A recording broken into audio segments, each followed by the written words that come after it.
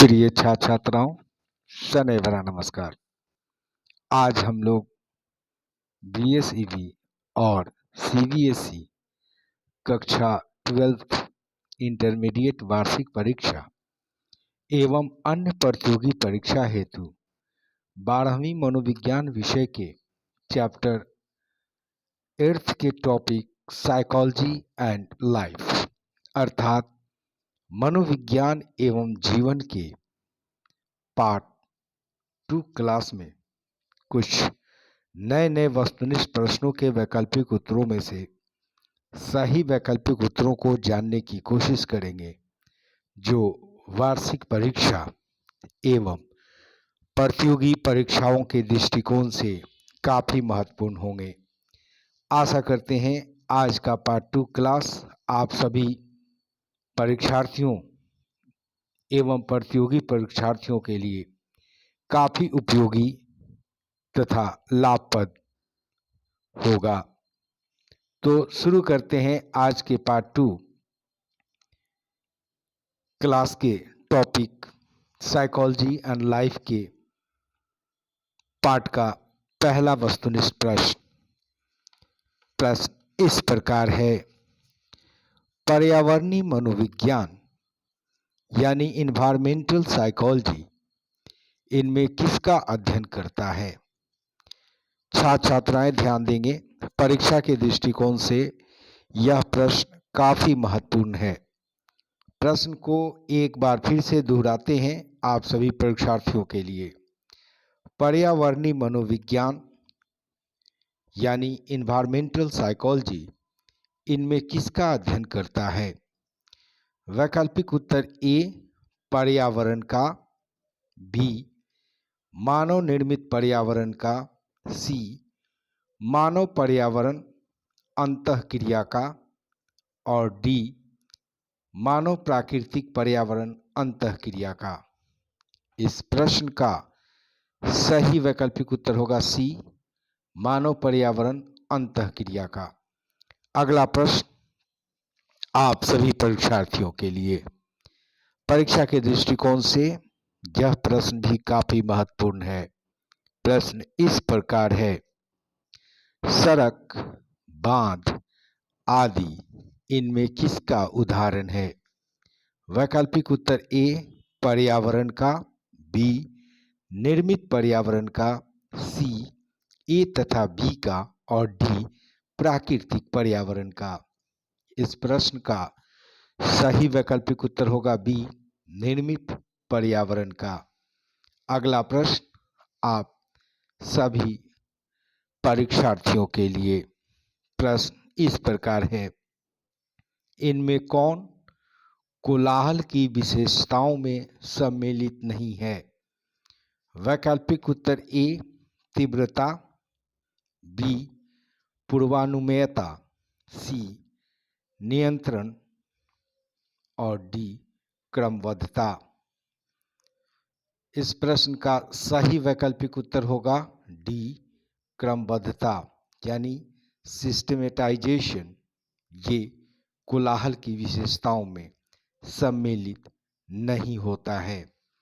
अगला प्रश्न आप सभी परीक्षार्थियों के लिए, परीक्षा के दृष्टिकोण से यह प्रश्न काफी महत्वपूर्ण है। प्रश्न इस प्रकार है। चिपको आंदोलन का संबंध इनमें से किस क्षेत्र से है? वैकल्पिक उत्तर ए थार मरुभूमि से, बी झारखंड की पहाड़ी से, सी हिमालयन उत्तराखंड क्षेत्र से और डी इनमें कोई नहीं। इस प्रश्न का सही वैकल्पिक उत्तर होगा सी हिमालयन उत्तराखंड क्षेत्र से। अगला प्रश्न इस प्रकार है। इनमें किससे ध्वनि को मापा जाता है? वैकल्पिक उत्तर ए बेल से, बी डेसिबल से, सी माइक्रोवेल से और डी इनमें कोई नहीं। इस प्रश्न का सही वैकल्पिक उत्तर होगा बी डेसिबल से, यानी ध्वनि को डेसिबल से मापा जाता है।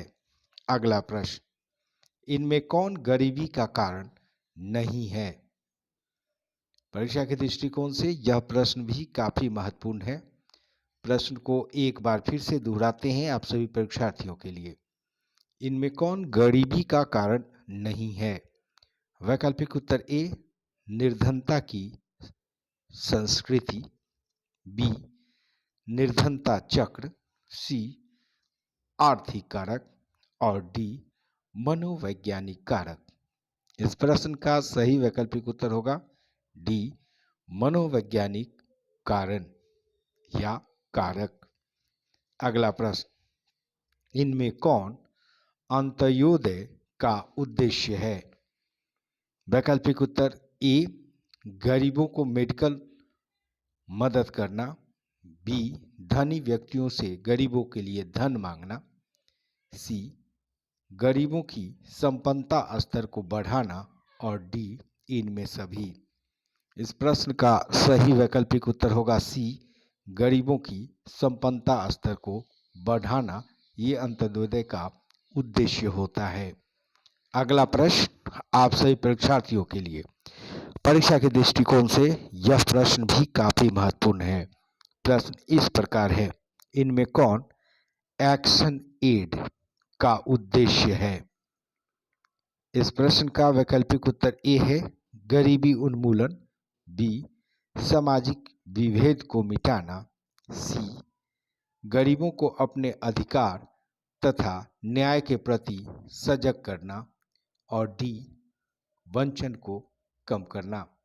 इस प्रश्न का सही वैकल्पिक उत्तर होगा सी, गरीबों को अपने अधिकार तथा न्याय के प्रति सजग करना।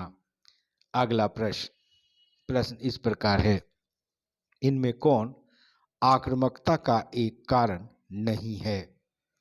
वैकल्पिक उत्तर ए, कुंठा, बी, मॉडलिंग, सी, व्यवहारपरक औषध और डी, बच्चों का पालन पोषण।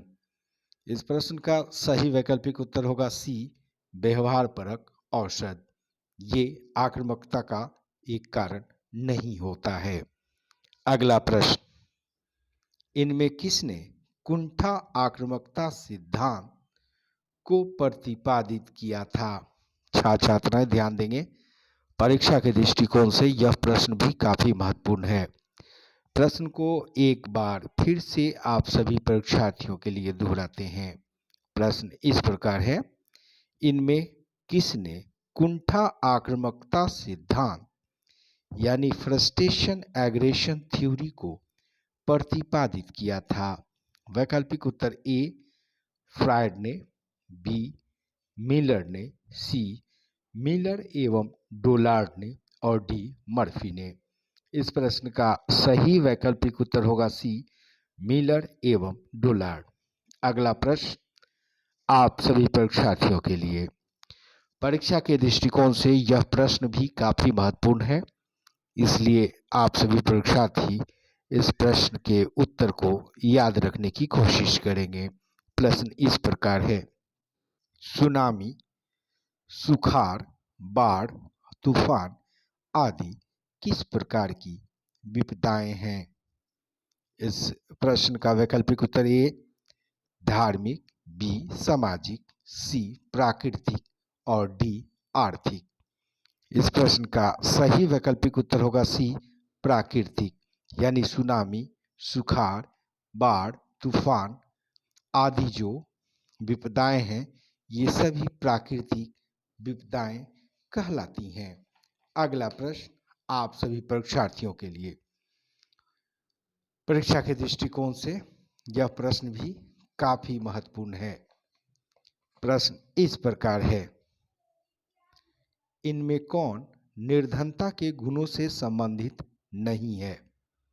वैकल्पिक उत्तर ए, सामाजिक असुविधा, बी, वंचन, सी, कुंठा और डी, सामाजिक भेदभाव। इस प्रश्न का सही वैकल्पिक उत्तर होगा सी, कुंठा। अगला प्रश्न आप सभी परीक्षार्थियों के लिए जो इंटरमीडिएट 12वीं की वार्षिक परीक्षा दे रहे हैं, प्रश्न को एक बार फिर से दोहराते हैं।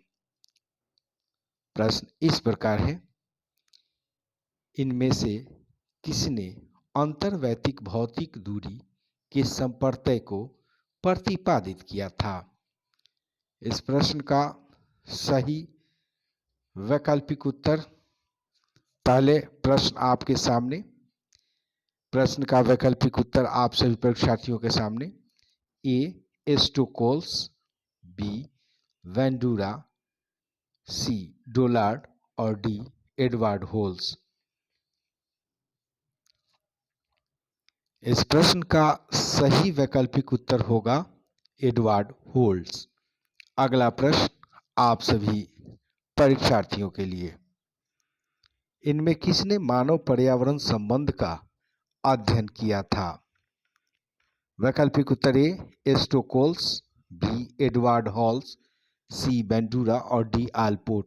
इस प्रश्न का सही वैकल्पिक उत्तर होगा ए स्टोकोल्स। अगला प्रश्न आप सभी परीक्षार्थियों के लिए, प्रश्न इस प्रकार है, इनमें कौन प्राकृतिक विपदाओं का मनोवैज्ञानिक प्रभाव से संबंधित है? वैकल्पिक उत्तर ए जन संकुलन, बी अभिघातज उत्तर दबाव विकार यानी PTSD, सी पारिस्थितिकी और डी निर्मित पर्यावरण। इस प्रश्न का सही वैकल्पिक उत्तर होगा बी अभिघातज उत्तर दबाव विकार यानी पोस्ट ट्रॉमेटिक स्ट्रेस डिसऑर्डर। ये प्राकृतिक विपदाओं का मनोवैज्ञानिक प्रभाव से संबंधित होता है। अगला प्रश्न आप सभी परीक्षार्थियों के लिए, डोलार्ड एवं मिलर के अनुसार इनमें कौन आक्रमण करने का या आक्रामकता का मुख्य कारण है? वैकल्पिक उत्तर ए संवेग, बी द्वंद, सी कुंठा और डी तनाव। इस प्रश्न का सही वैकल्पिक उत्तर होगा सी कुंठा। अगला प्रश्न आप सभी परीक्षार्थियों के लिए, प्रश्न इस प्रकार है, जब कोई व्यक्ति दूसरों के व्यवहारों को देखकर आक्रामकता सीखता है तो इस प्रक्रिया को इनमें क्या कहा जाता है? परीक्षा के दृष्टिकोण से प्रश्न काफी महत्वपूर्ण है। प्रश्न को एक बार फिर से दोहराते हैं आप सभी परीक्षार्थियों के लिए। प्रश्न इस तरह से है, जब कोई व्यक्ति दूसरों के व्यवहारों को देखकर आक्रामकता सीखता है तो इस प्रक्रिया को इनमें क्या कहा जाता है? वैकल्पिक उत्तर ए अनुमान, बी मॉडलिंग, सी सीखना और डी संवेग। इस प्रश्न का सही वैकल्पिक उत्तर होगा बी मॉडलिंग। अगला प्रश्न आप सभी परीक्षार्थियों के लिए, परीक्षा के दृष्टिकोण से यह प्रश्न काफी महत्वपूर्ण है। प्रश्न इस प्रकार है, अंतर्राष्ट्रीय प्राकृतिक आपदा दिवस कब मनाया जाता है? वैकल्पिक उत्तर ए 2 अक्टूबर को, बी 10 अक्टूबर को, सी 20 अक्टूबर को और डी 5 जून को। इस प्रश्न का सही वैकल्पिक उत्तर होगा ए 2 अक्टूबर, यानी 2 अक्टूबर को ही हम अंतर्राष्ट्रीय प्राकृतिक आपदा दिवस के रूप में मनाते हैं। अगला प्रश्न आप सभी परीक्षार्थियों के लिए, इनमें कौन पर्यावरणीय समस्या है? वैकल्पिक उत्तर ए ओजोन परत का विघटन, बी अम्लीय वर्षा, सी रेगिस्तान और डी इनमें सभी। इस प्रश्न का सही वैकल्पिक उत्तर होगा डी इनमें सभी।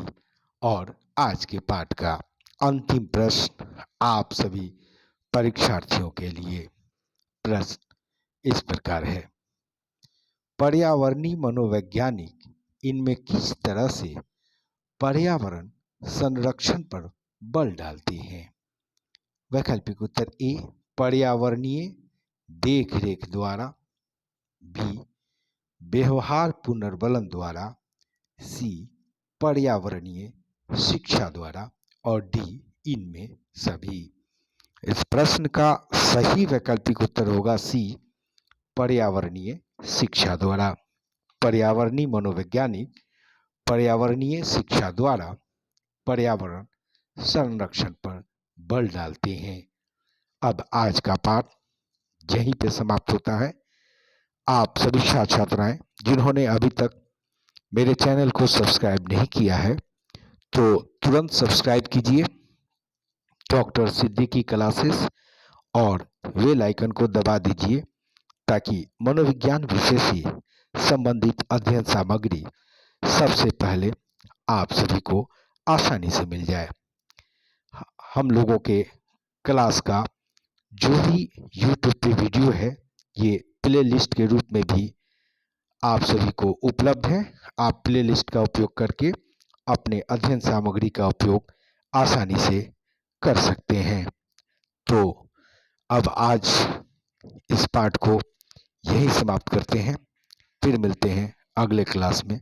तब तक के लिए बहुत बहुत धन्यवाद।